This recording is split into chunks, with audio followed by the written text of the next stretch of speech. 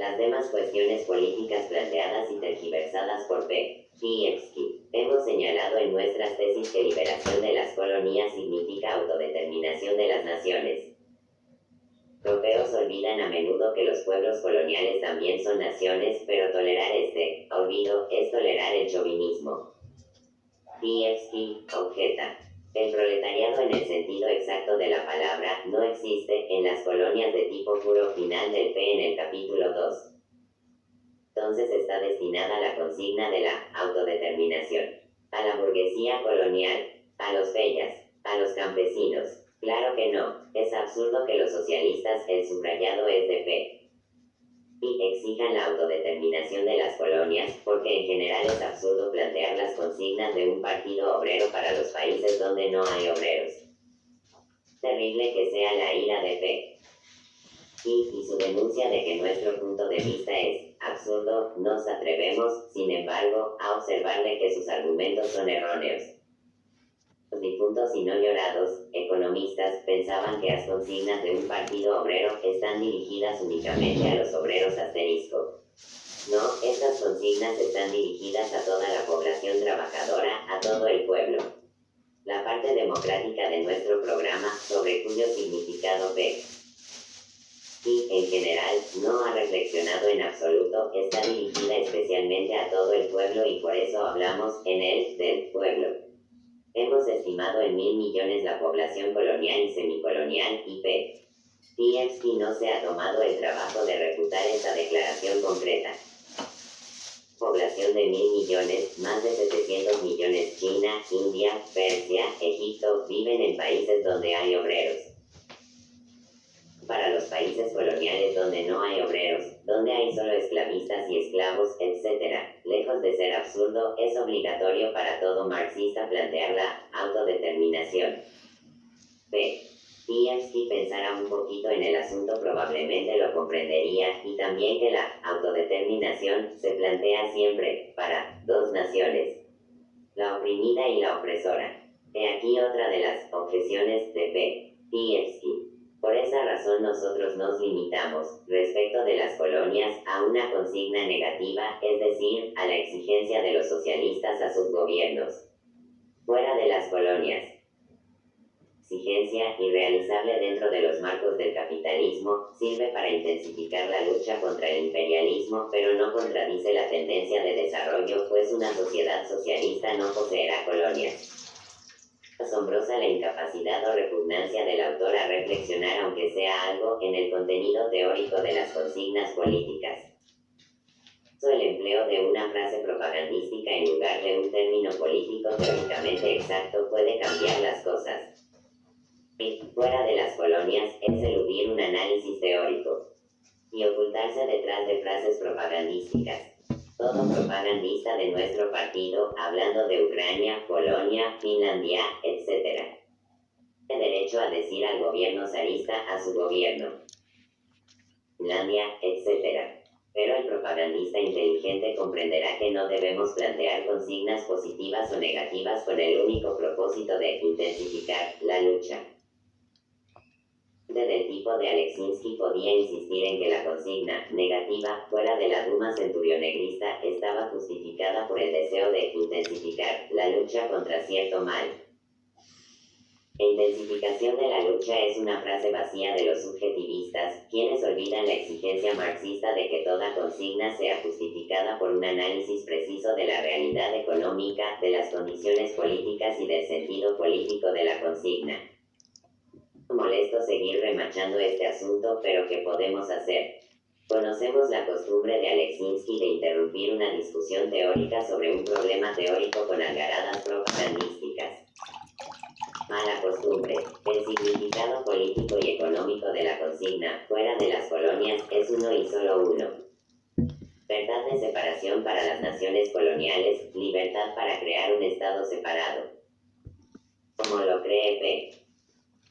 Pievsky, las leyes generales del imperialismo impiden la autodeterminación de las naciones y la convierten en una utopía, en una ilusión, etc., etc. ¿Cómo se puede entonces, sin reflexionar, hacer una excepción de estas leyes generales para la mayoría de las naciones del mundo? Evidentemente la teoría de P. Tversky es una caricatura de teoría. La mercantil y el capitalismo y los vasos comunicantes del capital financiero existen en la enorme mayoría de los países coloniales. ¿Cómo se puede entonces instar a los países imperialistas, a sus gobiernos, a que se vayan de las colonias, si desde el punto de vista de la producción mercantil, del capitalismo y del imperialismo esto es una exigencia no científica y utópica, refutada, incluso por Lenz, por Kuhnau, etc.? Ni sombra de pensamiento en los argumentos del autor.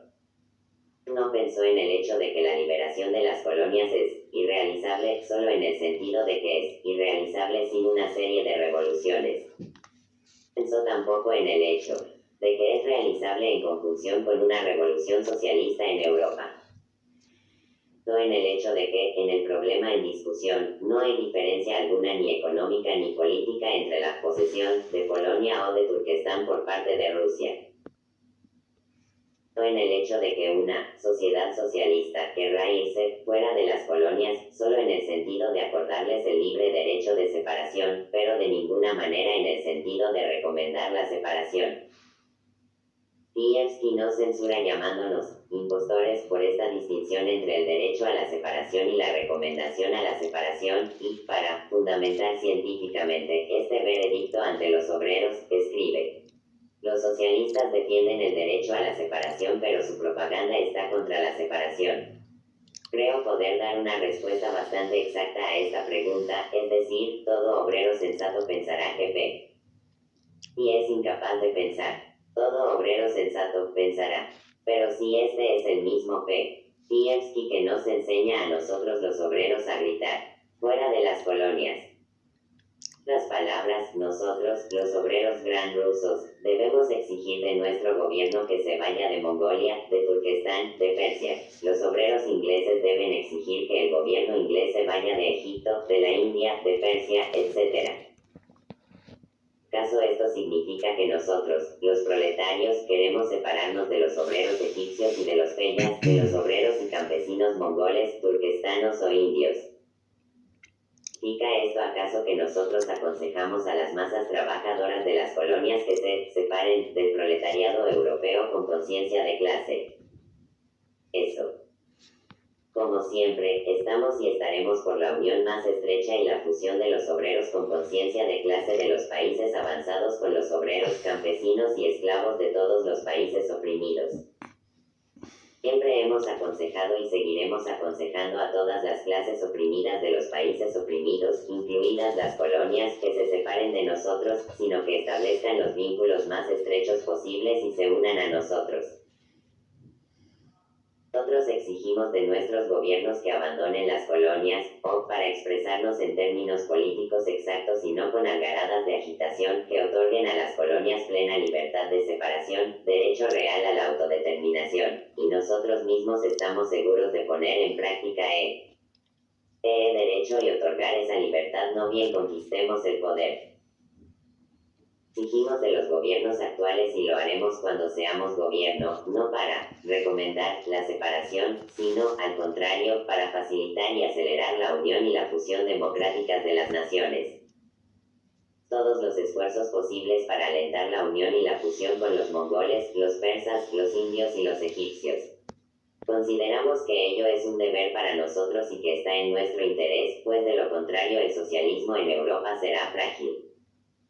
Trataremos de prestar a estos pueblos, más atrasados y más oprimidos que nosotros, una ayuda cultural desinteresada para emplear la feliz expresión de los socialdemócratas polacos. En otras palabras, los ayudaremos a pasar al empleo de maquinaria, a aliviar el trabajo, a la democracia, al socialismo.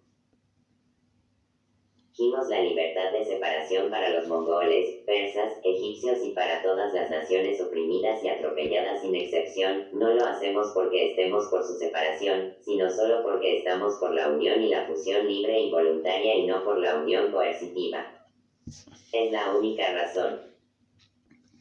Tal sentido, la única diferencia entre los campesinos y los obreros mongoles o egipcios y sus equivalentes polacos o finlandeses es, desde nuestro punto de vista, que los últimos son más evolucionados, políticamente más experimentados que los gran rusos, más preparados económicamente, etc. Y, p.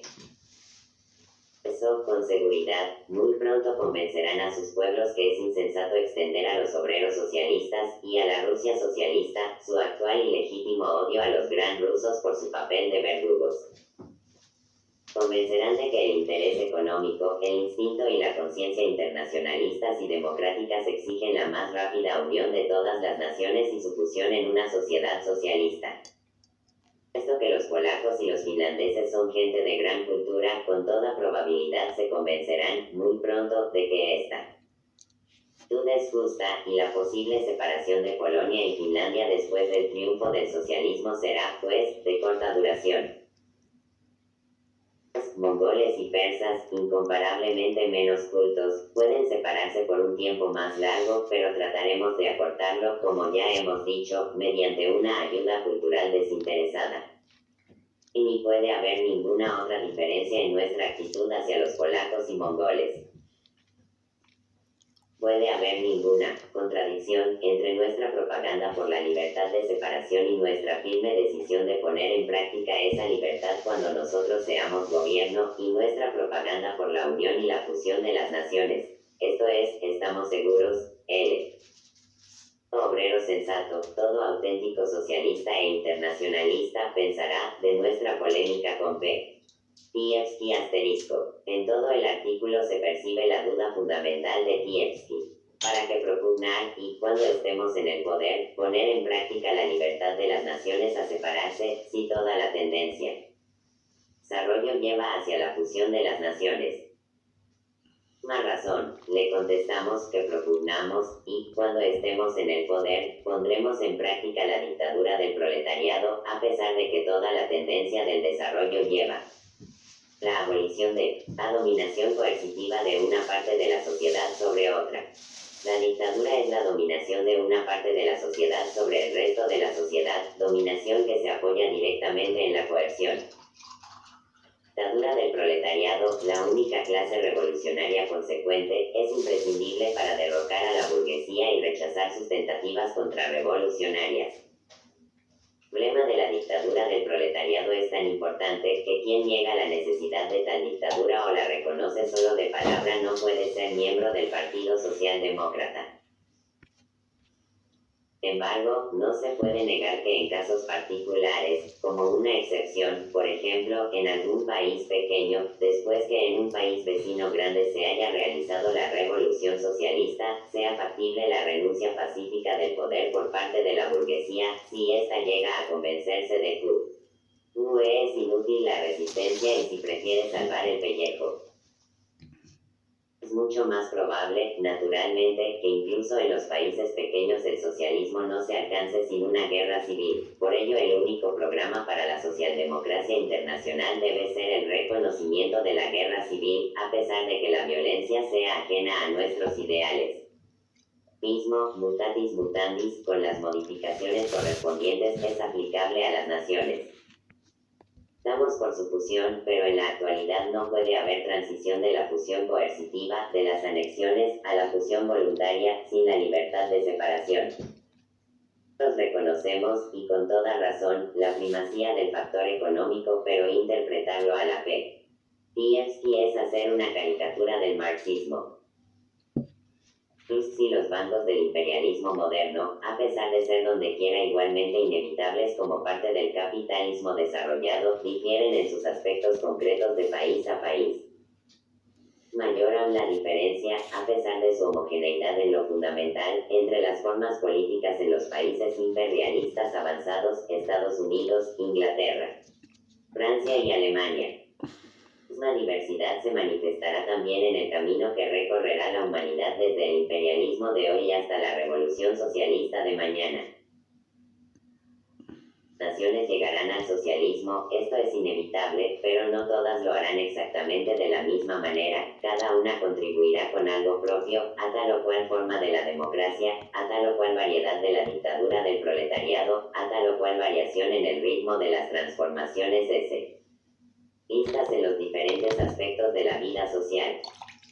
Y nada más primitivo desde el punto de vista de la teoría, o más ridículo desde el de la práctica, que pintar, en nombre del materialismo histórico, este aspecto del futuro de un gris monótono. De esto no resultaría más que un pintarrajo de su tal asterisco. Incluso si la realidad llegara a demostrar que antes del primer triunfo del proletariado socialista solo se liberará y separará unos sobre 500 partes de las naciones actualmente oprimidas, que antes del triunfo final del proletariado socialista en todo el mundo, es decir, en el curso de las alternativas de la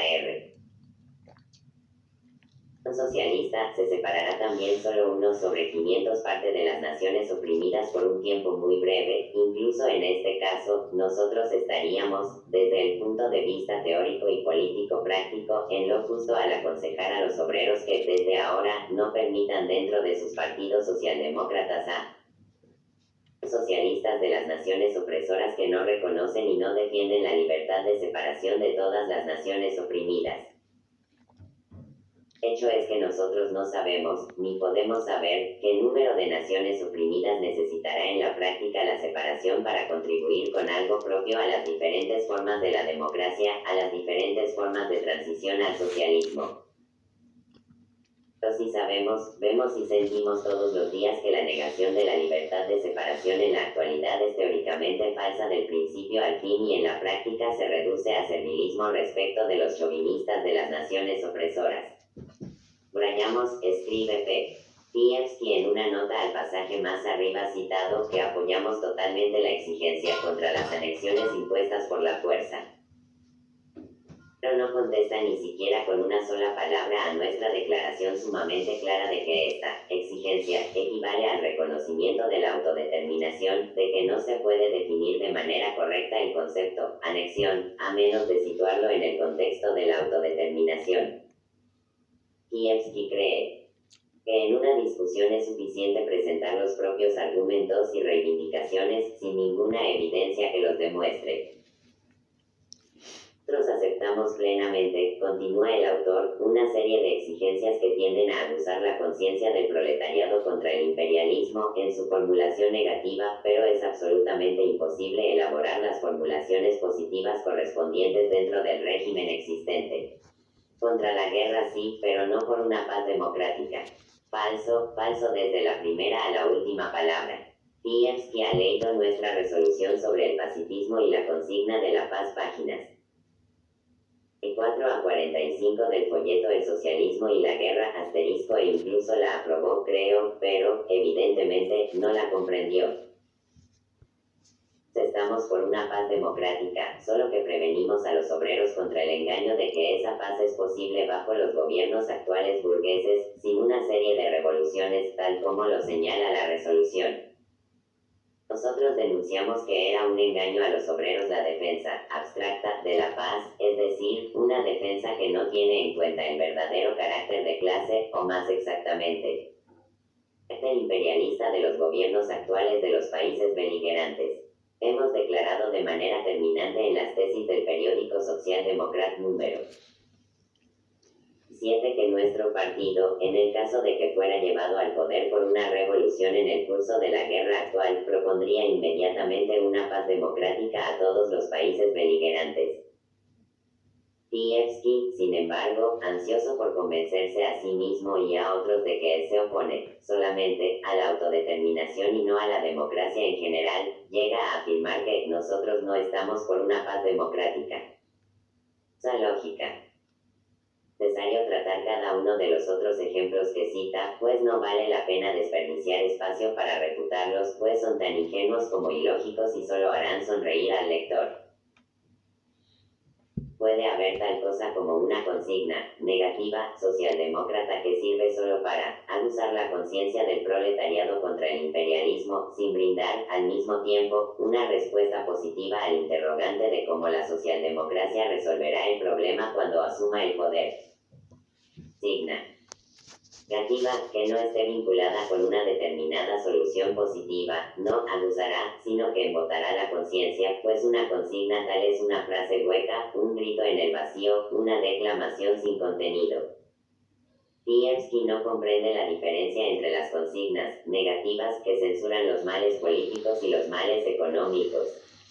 La diferencia consiste en que ciertos males económicos son propios del capitalismo como tal, cualquiera sea la superestructura política, y que es imposible eliminarlos económicamente sin eliminar el propio capitalismo.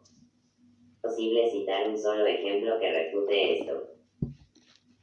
Por otro lado, los males políticos representan una desviación de la democracia, la que es completamente posible, desde el punto de vista económico, sobre la base del régimen existente, es decir, el capitalismo, y dicha democracia se realiza, como excepción bajo el capitalismo, ciertos aspectos en un país y otros en otros países.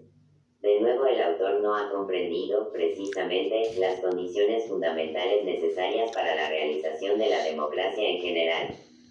Lo mismo sucede con la cuestión del divorcio. Los lectores recordarán que este problema fue planteado la primera vez por Rosa Luxemburgo al discutirse el problema nacional. Ella expresó la opinión, perfectamente justificada, de que si defendemos la autonomía dentro de un Estado para una región, territorio, etc., debemos, como socialdemócratas centralistas, insistir en que los problemas nacionales más importantes, y la legislación del divorcio es uno de ellos, deberían estar dentro de la jurisdicción del gobierno central y del Parlamento Nacional. Este ejemplo demuestra de modo evidente que no se puede ser demócrata y socialista sin exigir de inmediato la plena libertad de divorcio, pues la ausencia de tal libertad es una opresión adicional del sexo oprimido, aunque no es difícil comprender que el reconocimiento de la libertad de dejar al marido es una invitación a que lo hagan todas las esposas. Tversky objeta. ¿Cómo sería este derecho, el del divorcio, si en esos casos cuando la mujer quiere dejar al marido ella no pudiese ejercer su derecho? Su ejercicio dependiese de la voluntad de terceras personas, o, peor todavía, de la voluntad de quienes pretenden la mano de esa mujer. ¿Haríamos nosotros la proclamación de tal derecho? Claro que no, comillas. Esa objeción revela la más completa falta de comprensión de la relación que existe entre la democracia en general y el capitalismo. Los capitalismos son habituales, no como excepción sino como fenómeno típico del sistema, las condiciones que impiden ejercer sus derechos democráticos a las clases oprimidas. En la mayoría de los casos el derecho al divorcio será irrealizable bajo el capitalismo, pues el sexo oprimido se haya sometido económicamente, y por más democracia que exista bajo el capitalismo, la mujer sigue siendo una esclava doméstica, una esclava encerrada en el dormitorio, en la habitación de niños, en la cocina. Hecho a elegir sus propios jueces populares, funcionarios públicos, maestros, jurados, etc., es, bajo el capitalismo, igualmente irrealizable en la mayoría de los casos precisamente a causa del sometimiento económico de los obreros y campesinos. Lo mismo sucede en lo que se refiere a la República Democrática.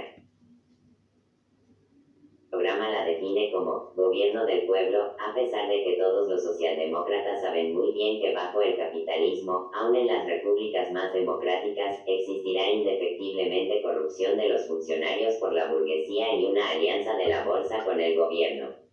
Solo quienes no saben pensar o que no conocen el marxismo deducirán. La república no es necesaria, la libertad de divorcio no es necesaria, la democracia no es necesaria, la autodeterminación de las naciones no es necesaria. Marxistas saben que la democracia no elimina la opresión de clase, sino que torna la lucha de clases más directa, más amplia, más abierta y pronunciada, y eso es lo que necesitamos, precisamente. Cuanto más amplia sea la libertad de divorcio, tanto más claro será para la mujer que la fuente de su esclavitud doméstica es el capitalismo y no la falta de derechos. Democrático sea el régimen de gobierno, tanto más claro será para los obreros que la raíz del mal está en el capitalismo y no en la falta de derechos.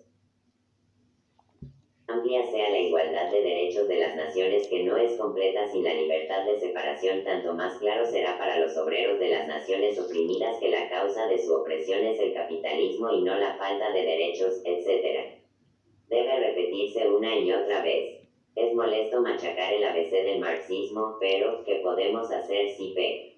Pievsky no lo conoce? P. Pievsky razona sobre el divorcio del mismo modo que uno de los secretarios del Comité de Organización en el extranjero, Ziemkowski, si mal no recuerdo, en el Bolos de París. Top razonaba que la libertad de divorcio no es una invitación a todas las esposas a abandonar a sus maridos, pero si se le demuestra, madame, que todos los demás maridos son mejores que el suyo, el resultado será entonces el mismo. Signo de cierre de exclamación.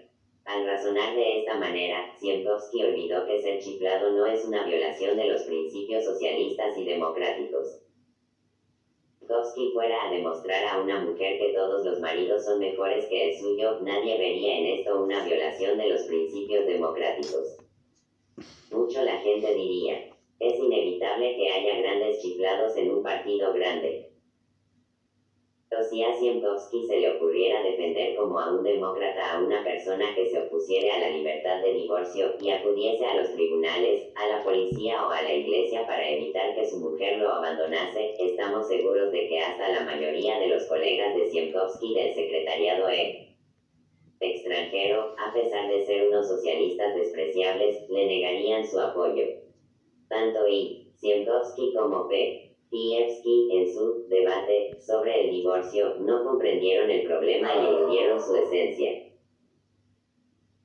Derecho al divorcio, como todos los otros derechos democráticos sin excepciones, bajo el capitalismo condicional, limitado, formal y estrecho y en extremo difícil de realizar. Sin embargo, ni un solo socialdemócrata digno de ese nombre considerará demócrata y mucho menos socialista a quien ese ponga al derecho de divorcio. Este es el fondo del asunto. Democracia consiste en la proclamación y realización de derechos que, en el capitalismo, son realizables solo en muy pequeño grado y solo relativamente. La proclamación de estos derechos, sin una lucha para hacerlos adoptar ahora, inmediatamente, sin educar a las masas en el espíritu de esa lucha, el socialismo es imposible. Al no comprender esto, Pievsky pasa por alto el problema central, que se refiere a su tema especial, a saber, aboliremos nosotros, los socialdemócratas, la opresión nacional. Pievsky elude el problema con frases sobre el mundo, bañado en sangre, etc. Sabe que esto nada tiene que ver con el asunto en discusión. No solo queda en pie un argumento. La revolución socialista lo resolverá todo. O el argumento que suelen esgrimir quienes comparten sus puntos de vista. O de terminación es imposible bajo el imperialismo y está de más en el socialismo. Desde el punto de vista teórico este criterio es absurdo, desde el punto de vista práctico y político es chauvinista. No valora la significación de la democracia, pues el socialismo es imposible sin democracia porque el proletariado no puede llevar a cabo la revolución socialista si no se prepara para ella luchando por la democracia. 2. El socialismo triunfante no puede consolidar su victoria y llevar a la humanidad a la extinción del Estado sin la realización de una democracia completa. Decir que la autodeterminación es superflua bajo el socialismo es tan absurdo y tan irremediablemente confuso como decir que la democracia es superflua bajo el socialismo. La autodeterminación es tan imposible en el capitalismo y a tal punto superflua en el socialismo como la democracia en general. La revolución económica creará premisas indispensables para eliminar ferias las formas de opresión política. Precisamente, no es lógico ni correcto reducir todo a la revolución económica, pues el problema es eliminar la opresión nacional. Es imposible eliminarla sin una revolución económica, esto es irrebatible, pero limitarse a ello significa caer en el absurdo y deplorable economismo imperialista. Debemos realizar la igualdad nacional, proclamar, formular y poner en práctica la igualdad de derechos para todas las naciones. ¿Están de acuerdo con eso, a excepción, tal vez, de Pievsky? Pero esto plantea un problema que Pievsky elude. La negación del derecho a crear un Estado nacional no significa negar la igualdad de derechos. Puesto que sí. Demócratas consecuentes, es decir, los socialistas, proclaman, formulan y llevarán a la práctica este derecho, sin el cual no existe camino hacia un pleno, voluntario acercamiento y fusión de las naciones.